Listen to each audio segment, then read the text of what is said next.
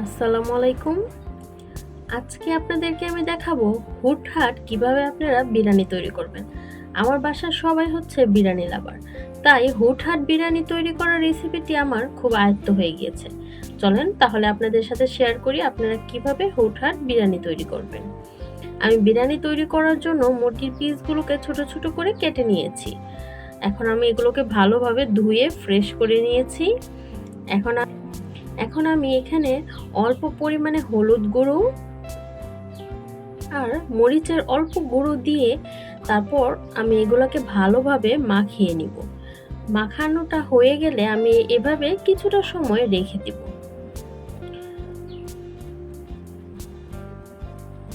মিশ্রণটা যেন ভালো হয়, প্রতিটা পিচের সাথে যাতে হলুদ গুঁড়োগুলো মিশে। এখন আমি অল্প পরিমাণে এখানে একটু লবণ ছিটিয়ে দিয়ে দিয়েছি, আবার আমি ভালো করে মাখিয়ে নিব। লবণটা আপনারা ভাজার ঠিক পূর্বে দিবেন। আমি আগে লবণটা দেইনি, আমি এখন লবণটা দিয়েছি। এখন আমি এগুলোকে ভেজে নিব।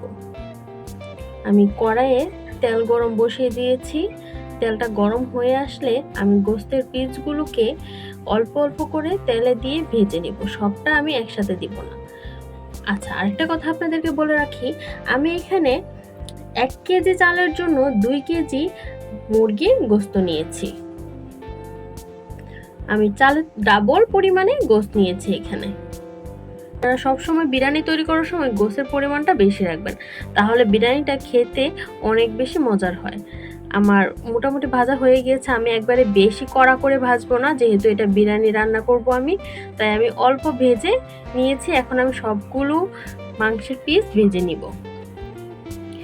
এখন আমি ওই তেলটাতেই, যেই তেলটাতে আমি মুরগিটাকে ভেজেছিলাম, ওই তেলটাতে আমি এখানে পেঁয়াজ বাটা দিয়ে দিয়েছি। এখানে আমি এখন দিয়ে দিলাম পেস্তা বাটা। এখন আমি দিয়ে দিলাম এখানে রসুন বাটা।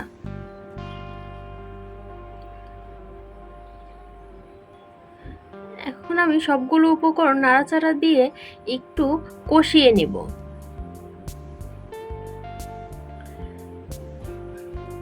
আপনারা দেখতে পাচ্ছেন আমার একটু কষানো হয়ে গিয়েছে।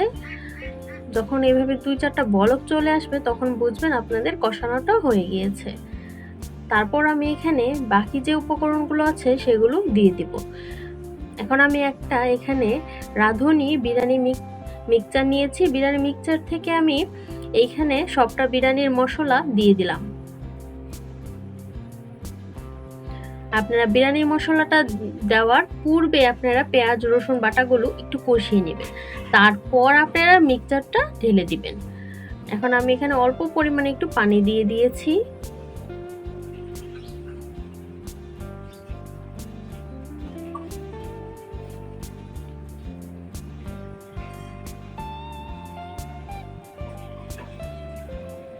এখন আমি এই কষানো হয়ে গিয়েছে, কষানো মশলাটার মধ্যে আমি সবগুলো মাংস দিয়ে আমি মাংসগুলোকে একটু সময় নাড়াচাড়া দিয়ে কষিয়ে নিব।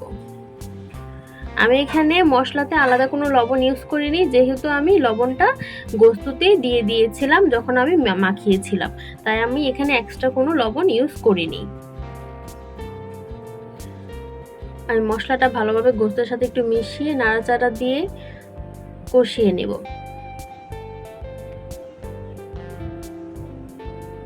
আমি এখানে এখন নিয়ে নিচ্ছি 1 কেজি চিনি গুঁড়া চালের প্যাকেট। আমি 1 কেজির জন্য 2 কেজি গোস্ত ব্যবহার করেছি এখানে। আমি ফ্রাই প্যান বসিয়ে দিয়েছি, তেলটা দিয়ে দিব গরম হওয়ার জন্য।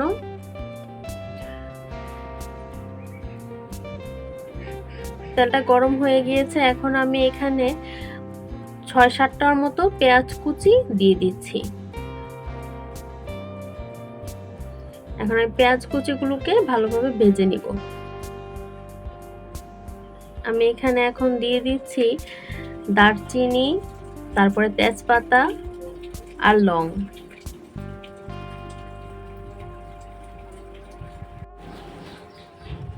আমি এখন নাড়াচাড়া দিয়ে দিব। সবগুলো উপকরণ আমি ভালোভাবে ভেজে নিব।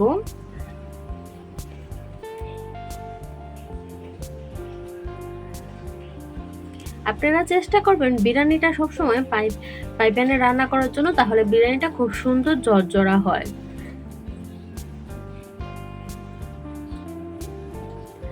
আমার ভাজা প্রায় হয়ে এসেছে। এখন আমি চালটা ভালোভাবে ধুয়ে রেখেছিলাম, চালটা আমি এখন এখানে দিয়ে দিব।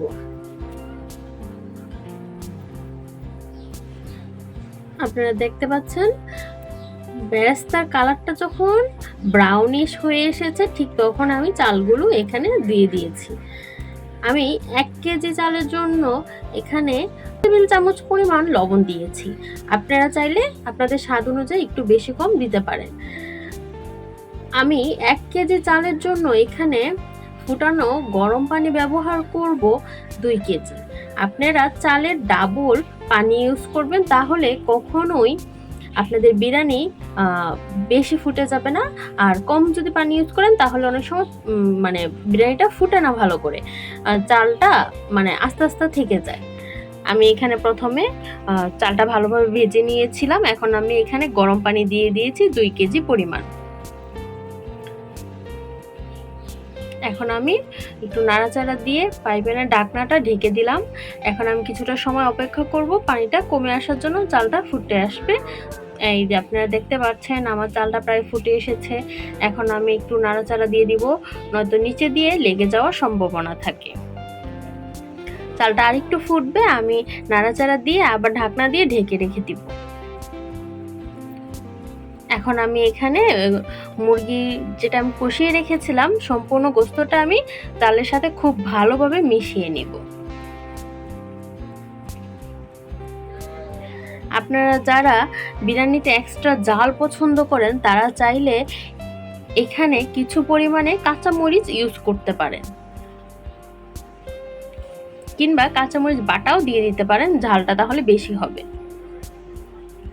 আমি যেহেতু বাচ্চা আছে বাসায়, তাই আমি ঝালটা মিডিয়াম রাখার চেষ্টা করেছি, অতিরিক্ত ঝাল এখানে দেইনি। আপনারা মনে রাখবেন বিরিয়ানিতে ভালোভাবে আপনারা মিক্সড করতে হবে, নয়তো বিরিয়ানিটা ভালো হবে না। আমি এখন ঢাকনা দিয়ে ঢেকে কিছুটা সময় অপেক্ষা করব। তৈরি হয়ে গিয়েছে আমার মজাদার ঝটপট রেসিপির বিরিয়ানি। আপনারা চাইলে আমার এই রেসিপিটি ফলো করে ঝটপট বিরিয়ানি ঘরেই তৈরি করে ফেলতে পারেন, যখন মন যাবে ঠিক তখনই।